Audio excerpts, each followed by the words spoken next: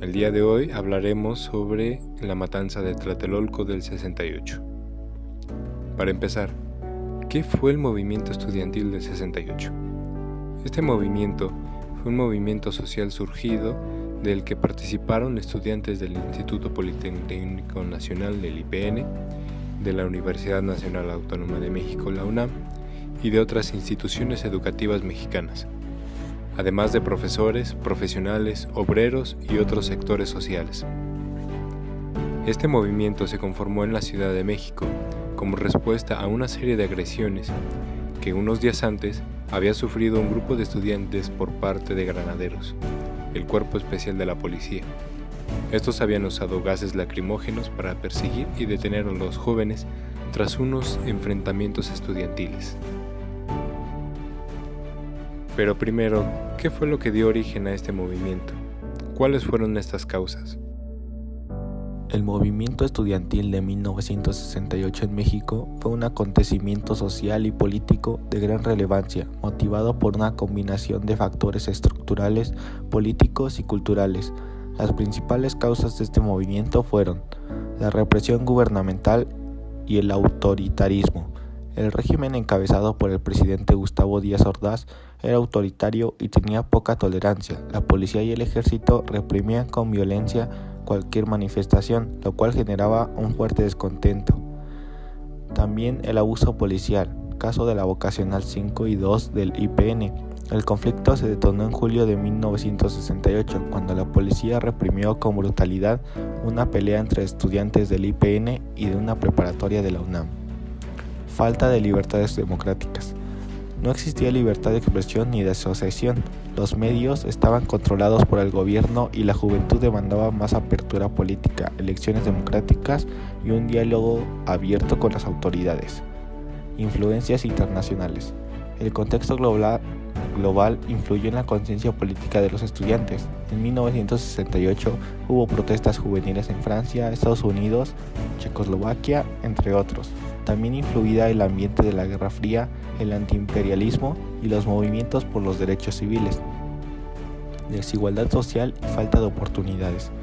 Existió una marcada desigualdad social y falta de movilidad para sectores populares, incluidos muchos de los estudiantes.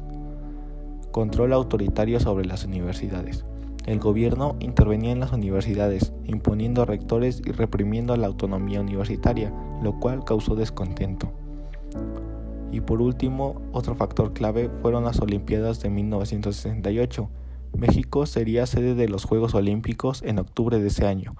Entonces, el gobierno buscaba proyectar una imagen de orden y prosperidad, lo que llevó a una represión aún más fuerte para evitar manifestaciones que mancharan esa imagen internacional.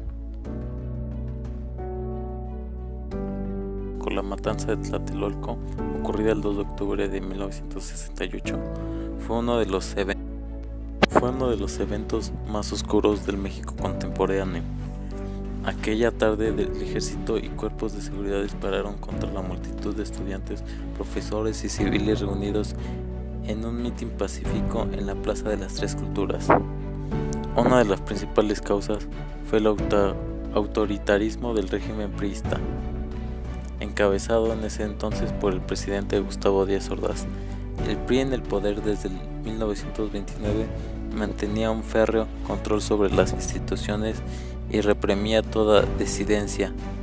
El gobierno consideraba cualquier forma de protesta como una amenaza a la estabilidad del país, especialmente en el contexto de la Guerra Fría, donde cualquier movimiento crítico era estigmatizado como comunista o subversivo.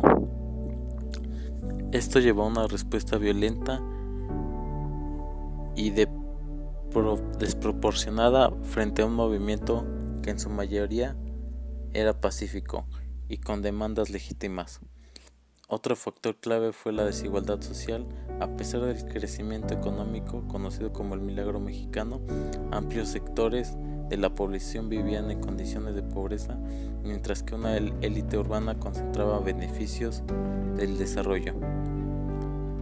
También influyó el contexto internacional. México sería sede de los Juegos Olímpicos y el gobierno quería garantizar una imagen de paz y modernidad ante el mundo. La creciente movilización estudiantil fue interpretada como un obstáculo para ese objetivo, lo que llevó a decisiones drásticas para eliminar cualquier muestra de inestabilidad antes del evento. Finalmente, la falta de canales institucionales para el diálogo agravó el conflicto. Las peticiones del movimiento estudiantil, como la derogación del delito de disolución social y la liberación de procesos políticos, fueron ignorados. En resumen, estas fueron unas de las causas que generaron la matanza de Tlatelolco y que dejó huella en México y evidenció la urgencia de democracia en las instituciones para respetar los derechos humanos y abrir espacios reales para la participación ciudadana. Poco después, el Batallón Olimpia, una rama secreta del gobierno, hecha para la seguridad de los Juegos Olímpicos, compuesta por soldados oficiales de policía y agentes de seguridad federal, recibió la orden de arrestar a los líderes del CNH y avanzó hasta la plaza. Los miembros del Batallón Olimpia llevaban guantes blancos o pañuelos blancos atados a la mano izquierda, para distinguirse de los civiles e impedir que los soldados les dispararan. El asalto que siguió la plaza dejó docenas de muertos y muchos más heridos en el periodo subsiguiente. Los soldados respondieron disparando contra los edificios cercanos y contra la multitud, alcanzando no solo a los manifestantes, sino también a observadores y transeúntes por igual, incluidos estudiantes, periodistas, incluso niños. Fueron alcanzados por balas y montones de cuerpos que pronto cayeron al suelo. Las consecuencias del movimiento estudiantil de 1968 en México. A más de 50 años de aquel 2 de octubre, la herida sigue viva en la memoria colectiva, pero además del dolor, ese movimiento dejó huellas profundas en la historia política, social y cultural del país. Una de las principales consecuencias fue el despertar político de una generación. Miles de jóvenes se organizaron, cuestionaron al gobierno autoritario del PRI y exigieron libertades democráticas. Aunque fueron brutalmente reprimidos, sembraron una semilla de conciencia crítica que se expandió en las décadas siguientes. También hubo un cambio en la relación entre sociedad y Estado. A partir del 68, muchos sectores comenzaron a desconfiar del discurso oficial. Se evidenció que el gobierno podía recurrir a la violencia para silenciar la disidencia. Esto dio paso a nuevas formas de resistencia, como los movimientos civiles, los grupos guerrilleros en los 70 y más adelante el fortalecimiento de la sociedad civil. En el ámbito cultural, surgió una nueva forma de expresión artística y periodística. Escritores, cineastas y periodistas rompieron con el silencio y comenzaron a denunciar la represión y la censura. El movimiento también dejó su marca en el arte, la música, la literatura y el cine mexicano. Y en lo educativo, muchas universidades públicas comenzaron a impulsar una visión más crítica y autónoma, aunque la represión también provocó miedo, vigilancia y control dentro de las instituciones por varios años. El movimiento estudiantil del 68 no fue en vano, aunque sus demandas no fueron atendidas de inmediato. Sus consecuencias transformaron profundamente a México.